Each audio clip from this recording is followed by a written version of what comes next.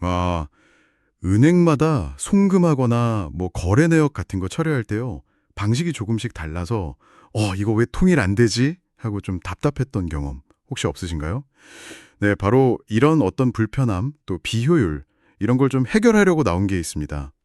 오늘 여러분과 함께 깊이 파헤쳐 볼 주제는 바로 ISO 20022입니다. 이게 뭐 금융 메시징의 미래다 이렇게까지 불리는데 정확히 이게 뭐고 또 왜 지금 중요하게 봐야 하는지 여러분이 보내주신 자료들 바탕으로 핵심만 쏙쏙 뽑아서 살펴보겠습니다. 자, 그럼 시작해 볼까요? 우선 ISO 2002 이게 대체 뭔지부터 알아야겠죠? 아주 간단히 말하면요. 전 세계 금융기관들이 금융정보를 주고받을 때 쓰는 뭐랄까 약속된 공통 언어 같은 거라고 보시면 됩니다. 국제 표준이죠. 맞습니다. 근데 여기서 중요한 거는 이게 단순히 특정 기술, 뭐 예를 들어 XML 같은 특정 파일 형식을 말하는 게 아니라는 점이에요. 보내주신 자료들을 보면요.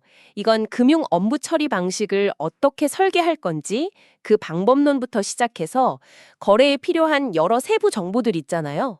이름, 주소, 금액, 뭐 참조 번호 같은 거, 이런 데이터 항목들을 모아둔 공통 데이터 사전, 그리고 실제 메시지를 어떤 형식으로 주고받을지 정해놓은 목록, 카탈로그까지 전부 포함하는 훨씬 큰 개념입니다. 그러니까 하나의 프레임워크다. 이렇게 이해하셔야 해요. 아, 프레임워크. 그냥 단순 표준이 아니군요. 그럼 이게 왜 그렇게 중요하고 뭐 혁신적이라고까지 하는 걸까요? 그 가장 큰 이유는요.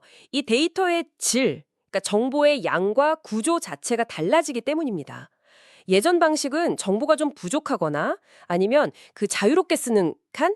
프리 텍스트라고 하죠. 그런 게 많아서 이게 정확히 뭘 의미하는지 해석이 좀 애매할 때가 있었거든요. 근데 이 ISO 20202는 훨씬 더 많은 정보를 그것도 아주 체계적으로 구조화된 방식으로 담을 수가 있어요. 예를 들면 뭐 송금 목적이라든지 관련된 청구서 번호라든지 이런 세부 정보까지 명확하게 넣을 수 있는 거죠. 아, 그래서 자료들에서 계속 그 오류 줄이고 사기 거래 찾아냈는데 유리하다 이렇게 강조하는 거군요. 정보가 딱딱 떨어지니까요. 바로 그 점입니다. 그게 또 바로 자동화랑 연결이 돼요. 데이터가 이렇게 표준화되고 구조화되니까 기업 내부 시스템 있잖아요. 뭐 ERP나 회계 프로그램 같은 거. 그런 시스템하고 은행 시스템 간에 정보를 주고받고 처리하는 게 훨씬 매끄러워지는 거죠. 사람이 일일이 보고 막 입력하고 확인할 필요가 줄어드니까 효율성이 엄청 높아지는 거고요. 이게 디지털 전환의 뭐랄까 핵심 동력 중 하나다. 이렇게 보는 시각도 있습니다. 게다가 이게 전 세계적으로 통용된다는 점, 이것도 크죠. 예를 들어서 유럽의 그 세파, 단일 유로 결제 지역이라고 하죠. 그리고 미국의 실시간 결제망 페드나우 같은 시스템들이 이미 이 표준을 기반으로 하고 있다는 거잖아요. 그럼 국경 간 거래든 국내에서 실시간 결제든 이 하나의 표준으로 다 처리할 수 있게 된다는 거네요. 와, 진짜 편해지겠는데요. 네, 실제 사용되는 메시지 예를 좀 들어보면 더 와닿으실 거예요. 그러니까 기업이 은행에 대량으로 지금 요청할 때 쓰는 페인.001이라는 메시지가 있고요. 또 은행끼리 실제 고객 자금을 이체할 때 쓰는 팩스.08 그리고 거래 끝나고 나서 은행이 고객한테 상세한 입출금 내역 보내주잖아요. 그때 쓰는 캠트 053 같은 게 대표적이죠. 이런 정해진 메시지들이 약속된 흐름에 따라서 쭉 오고 가면서 금융거래가 처리되는 뭐 그런 그림이라고 보시면 됩니다. 아, 그렇군요. 그럼 기존에 많이 쓰던 그 스위프트 MT 방식하고는 확실히 차이가 있겠네요. 그건 좀 자유롭게 쓰는 칸이 많았다고 들었는데요. 네, 맞아요. MT 방식은 특정 필드 안에 여러 정보를 막 섞어 넣거나 방금 말씀하신 것처럼 자유 텍스트 입력 부분이 많아서 기계가 이걸 자동으로 처리하는 데 좀 한계가 있었어요.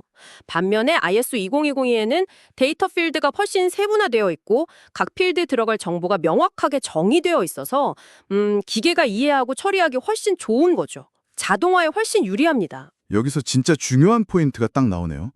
바로 전환 마감일. 시간이 정말 얼마 안 남았다는 건데요. 그렇습니다. 이게 아주 중요해요. 특히 국경 간 결제에 주로 사용되는 스위프트 시스템의 경우 2025년 12월 22일 이 날짜 이후로는 기존 MT 메시지는 더 이상 못 쓰게 됩니다. 무조건 ISO 2020 기반의 MX 메시지만 사용해야 하는 걸로 바뀌고요. 미국의 주로 은행 간 이체 시스템인 페드와이어는 이미 2025년 7월에 전환을 완료했죠. 6월의 세파는 뭐 훨씬 전부터 이걸 써왔고요. 정말 마감 시한이 코앞으로 다가온 겁니다. 아, 2025년 11월 진짜 얼마 안 남았네요. 그럼 기업이나 뭐 개발자 입장에선 지금 당장 뭘 준비해야 하는 걸까요? 자료들 보니까 필드 매핑이라는 말이 계속 나오던데요. 네, 그게 사실상 핵심 작업입니다. 현재 쓰고 있는 내부 시스템 있잖아요. ERP든 회계 프로그램이든 거기에 있는 데이터 항목들을 이 새로운 ISO 20202 메시지의 어떤 필드에다가 정확하게 연결시켜 줄 건지 이걸 정의하는 작업. 이걸 필드 매핑이라고 하는데 이게 가장 중요하고 또 시급한 작업입니다. 그리고 또 거래하는 은행하고 어떤 버전의 메시지를 쓸 건지, 파일을 주고받을 건지, 아니면 뭐 시스템 간 직접 통신하는 API 방식으로 할 건지 이런 것들로 미리 다 협의를 해야 하고요. 방영이 샘플 메시지로 충분히 테스트해보는 과정도 필수적이고요. 아, 그럼 이런 질문도 있을 것 같아요. 꼭 XML 형식만 써야 하나요? 라든지 아니면 우리 회사도 당장 시스템을 다 뜯어 고쳐야 하나요? 뭐 이런 거요. 좋은 질문인데요. 일단 표준 자체는 특정 기술 형식, 그러니까 XML에만 묶여 있는 건 아닙니다. 뭐 이론적으로는 JSON 같은 다른 형식도 가능해요. 근데 현재로서는 사실상 XML이 가장 널리 쓰이고 있는 건 맞습니다. 그리고 시스템을 당장 다 바꿔야 하냐? 이 질문에 대해서는 꼭 그래야 하는 건 아닐 수도 있어요.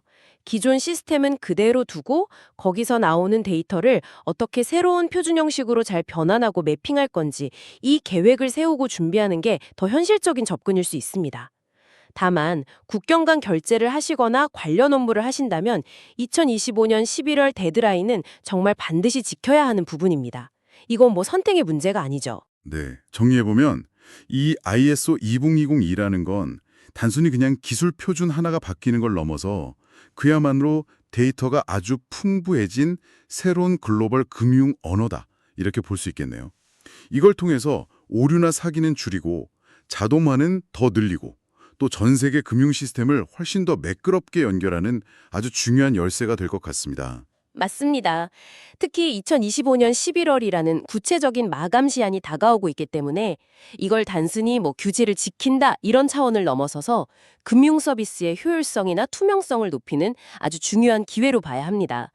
앞으로 미래 금융 환경의 거의 뭐 기본 인프라가 될 가능성이 매우 높다고 봅니다. 오늘 저희와 함께 이 ISO 20202의 세계를 깊이 한번 탐험해 보셨는데요. 마지막으로 여러분께 이런 질문을 한번 던져보고 싶습니다. 이렇게 표준화되고 정보가 풍부해진 금융 데이터는 단순히 결제로 좀 더 효율적으로 만드는 것을 넘어서서요. 앞으로 우리가 아직 상상하지 못하는 어떤 새로운 금융 혁신이나 서비스의 씨앗이 될 수 있을까요? 한 번쯤 생각해 보시면 아주 흥미로운 시간이 될 거라고 생각합니다.